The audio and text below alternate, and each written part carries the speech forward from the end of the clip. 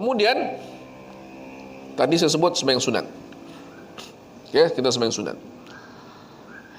Kenapa ada sembahyang sunat? Apa hikmahnya? Tujuan utama sembahyang sunat ni untuk menampung kekurangan. Pasal tadi kita sebut kekurangan tadi. Kita sembahyang lambat, kita sembahyang sop kita di belakang, kita sembahyang macam-macam lah tadi, yang khusyuk pun tak berapa, kefahaman kita pun tak berapa. Jadi istilahnya baju kita ni berlubang-lubang sudah apa ni? Berlubang sana, berlubang sini, berlubang sana, berlubang sini, kuyak pada ni. Carik sana sini. Kan? Jadi mau menutupnya apa? Sembahyang sunat. Sembahyang sunat tu jadi penutup. Menutup dia lah kekurangan tu. Kita memang sembahyang, memang kita ndak sudah umur sekarang ni 40-an, 50-an, kita ndak sudah tinggal sembahyang. Cuma ndak ada sudah yang bilang aku sembahyang sehari 3 saja. Ndak ada. Memang sudah sembahyang 5 waktu. Cuma kelemahan dalam sembahyang tu banyak. Itu ada kelemahan. Jadi kelemahan tu macam mana mau tutup? Sembahyang sunat. Lepas tu ada meratib. Meratib ni qabliyah ba'diyah. Mana yang ada ada setengahnya ba'diyah tak ada kan, subuh tak ada ba'diyah, asar tak ada ba'diyah kan, begitu. Tapi mana ada tu cuba buat. Janganlah berkira dulu soal ini yang ditekankan, ini tidak ditekankan sembahyang sunatnya. Kalau tuan-tuan yang mampu lagi, ada witir yang mampu, ada yang mampu dari sudut sembahyang duha lagi, dan masuk masjid tahiyatul masjid lagi kan, ada yang jaga sunat uduk lagi, itu bagus, sangat bagus kan. Berusaha, usaha tu kan? Mudah-mudahan itu menutup kita punya kelemahan-kelemahan masa sembahyang. Cuba tuan-tuan banding, kalau orang, bayangkan kalau orang dulu-dulu yang sudah istilahnya sempurna sembahyang fardunya, sudah sempurna sembahyang fardu, dia sembahyang sunat lagi, Allah hebatnya. Hebat bah. Kita ni sudahlah cincai, orang bilang cukup makan pun belum tahu. Main sunat pun kita malas. Kan? Akun saya lah bah. Main sunat tu malas. Mau mencari diskaun. Cuba tuan-tuan tengok. Ini last saya mau cerita. Tarawih, kan? Tarawih. Tahun-tahun guru-guru kita aja sejarah tarawih ni. Dulu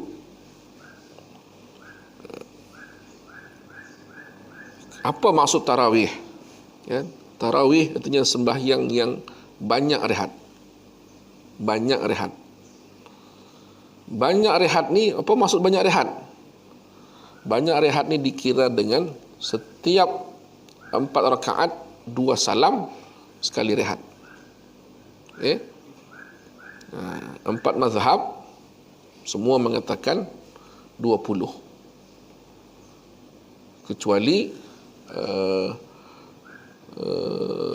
Maliki yang menyebut 36 rakaat, yang lain 20. Jadi setiap 4 rakaat dia rehat, 4 rakaat dia rehat. Dalam bahasa Arab banyak ni, perkataan banyak tu jamak ya, dikira dengan 3 ke atas, 3 kali rehat. 3 rehat baru dikira banyak. Lepas tu dipanggil tarawih, sembahyang yang banyak rehat. Itu istilahnya.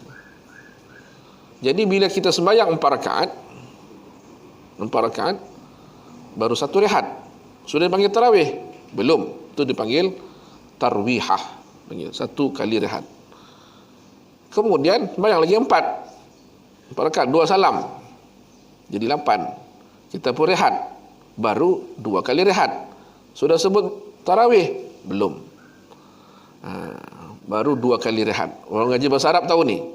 Banyak ni 3 dan ke atas. Kan? Kemudian ringkasnya 4 mazhab 20 dan 36. Okey. Kemudian masa rehat tu orang di Mekah buat macam mana? Orang Mekah zaman dulu, setiap kali dia rehat, apa dia buat masa rehat? Dia orang pun tawaf. Tawaf dia. Tawaf. Kemudian sambung lagi 4. Rehat lagi. Apa isi rehat? Tawaf lagi. Itu cara mengisi rehat. Kemudian orang Madinah. Orang Madinah tadi itu. Orang Madinah selepas 4 rakaat dia rehat. 4 rakaat rehat, 4 rakaat rehat. Jadi 4, 8, 12, 16, 20. Ni. Rehat. Jadi celah rehat ni buat apa? Mau tawaf tak boleh. Diorang di Madinah. Apa cara tawafnya? Mengisi waktu rehat. Apa cara rehatnya? Cara mengisi rehatnya adalah dengan sembahyang juga. Dia rehat dengan cara sembahyang. Ini sudah. Ini 4 rakaat. Okey, rehat. Apa dia buat? Dia sembahyang pula 4. Sembahyang lagi 4. Tarawih. Rehat. Apa dia buat? Sembahyang lagi 4. Sembahyang 4, sembahyang 4, sembahyang 4, sembahyang 4, sembahyang 4. Jadi ada 4, 8, 12, 16 rakaat yang mengisi waktu rehat. Campur tadi yang basic 20. Jadi 36. Itulah timbul 36 rakaat. Hebatnya ulama-ulama yang berdakwah di Nusantara, di sebelah-sebelah kita. Apa dia mau buat? Belah kita ni. Mau tawaf tak boleh. Mau sembahyang 36. Yang 20 pun minta diskaun. Dirunding, Mam. 8 dah malam ni. Ada main bola dia bilang. Kan? Jadi apa ulama-ulama dulu, pendakwah dulu buat di Nusantara ni? Mengisi 4 rakaat tu rehat tu, dia buat apa? Situlah selawat. Allahumma salli ala sayyidina Muhammad sallallahu alaihi, dia bilang kan. Tapi berlakulah apa dipanggil perubahan. Malas sudah orang akan selawat. Timbullah isu bid'ah lah pula, apa macam lah. Kan? Itu isu lain pula. Kan? Dulu-dulu masa saya budak-budak, saya rasa tak timbul ni 8 ni. Tak ada. Semua orang 20. Tinggal lagi dulu isu laju atau perlahan saja. Kan? Dulu tak timbul. Jadi itu pun mau dibaiki juga. Saya bersama saya kanak-kanak dulu, bila selawat ni jadi macam jadi permainan, benar tak? Allahumma salli ala sayyidina Muhammad. Oh, dia bilang, ramai-ramai di belakang. Ini boleh jajal betul orang ni. Kan? Main-main dia selawat. Selawatlah betul-betul.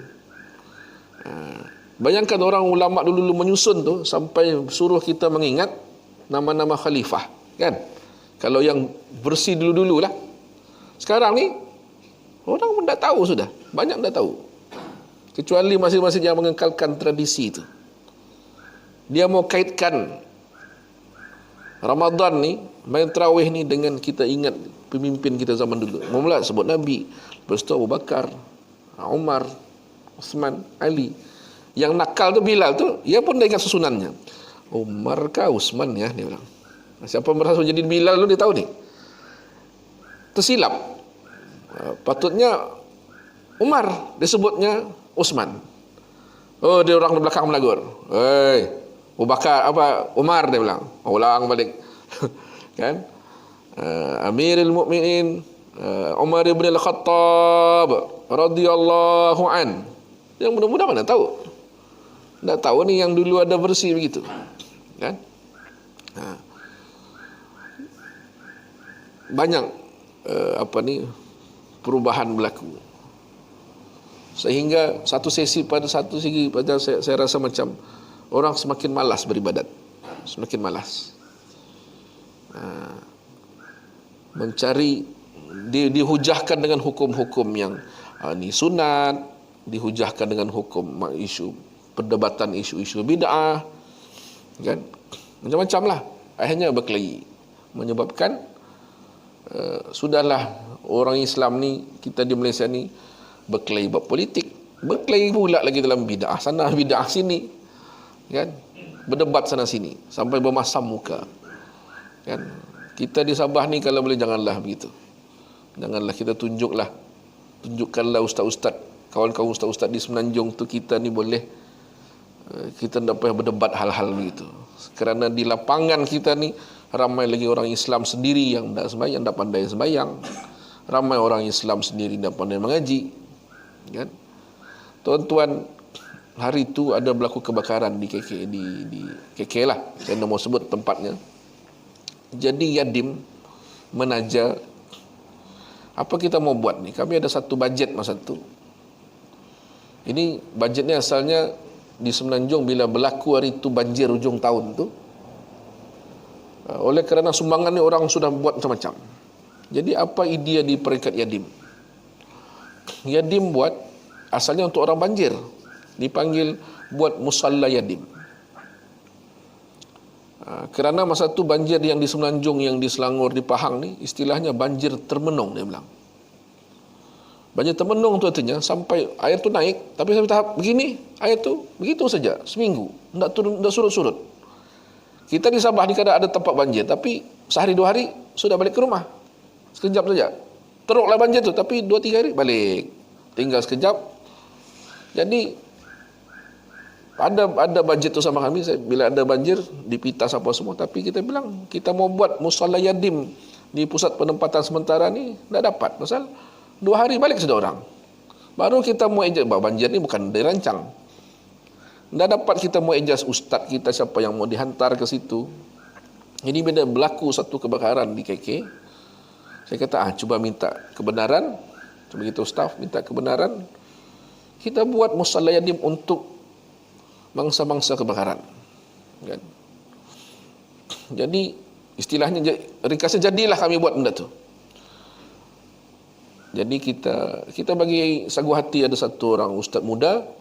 Kita bilang malam-malam kau si yang tak dapat lah, pasal yang mangsa tu pun laki-lakinya bekerja malam. Saya kata setiap malam kau datang sini bimbing sembahyang maghrib dan isyak berjamaah. Di antara maghrib isyak tu pandai kau lah, mau bimbing baca yasin kah, mau bagi tazkirah kah, mau ajar mengaji kah, pandai kau lah isi. Dia isi selama 11 malam. 11 malam. Saya mau cerita ni sekat yang tadi saya sebut ni. Bila hari ke-11 tu, dia bagi tahulah, sebab ada sudah yang mula pindah dan sudah dapat rumah sewa untuk diorang pindah kan. Ustaz muda ni cerita dengan saya lah. Dia kata, Ustaz mau cerita sikit apa yang berlaku. Bila saya bagi tahu, bilangnya malam ni malam terakhir saya bantu di sini. Bertangisan diorang. Tangisan, menangis. Kenapa? Diorang mengaku, dia bilang, Ustaz kami selama ni dah sembahyang. Tak sembahyang. Mengaji tak pandai. Jadi bila maknanya ustaz tu datang, atas kita punya inisiatif ni datang, ada orang bimbing sembahyang berjamaah, bimbing, ada yang minta semak seorang-seorang baca Fatihah. Ustaz ni ajar baca Fatihah. Ada yang memang buta langsung. Iqra satu, tak tahulah istilah mengaji ni, tak tahu apa-apa. Paling-paling tahu Fatihah dengan sebab apa ni, ialah Fatihah ni kira patutnya bacaan yang paling mudah lah untuk orang Islam. Cuma dia mau dibetulkan. Tapi asasnya mengaji tak pandai. Mengkali Fatihah tu kadang-kadang dengar dulu orang baca ke apa ke saja. Baca untuk ni memang tak tahu. Jadi bila ustaz tu bilang last sudah ni, pasal ada makin sikit, tinggal 2-3 keluarga, menangis. Jadi bila ustaz tu beritahu saya bilang, ginilah yang Yadim buat tu, selesailah. Jadi saya kata kau pakatlah sama kawan-kawan ustaz lain yang free malam-malam bergilir-gilir lah, sehingga habis orang tu. Malam ni ustaz ni datang, lusa malam ustaz ni datang, buat jadual. Sebab selama 11 malam dia seorang saja. Yang saya mau ceritanya dengan tuan-tuan ialah, di lapangan masyarakat kita begitulah. Kita rasa hidup kita ni okey, kita rumah pergi tempat kerja, balik rumah pergi masjid, lepas isyak balik ke rumah, kita rasa okey saja. Tapi kita tak tahu ada orang rupanya tak pandai sembahyang, tak pandai.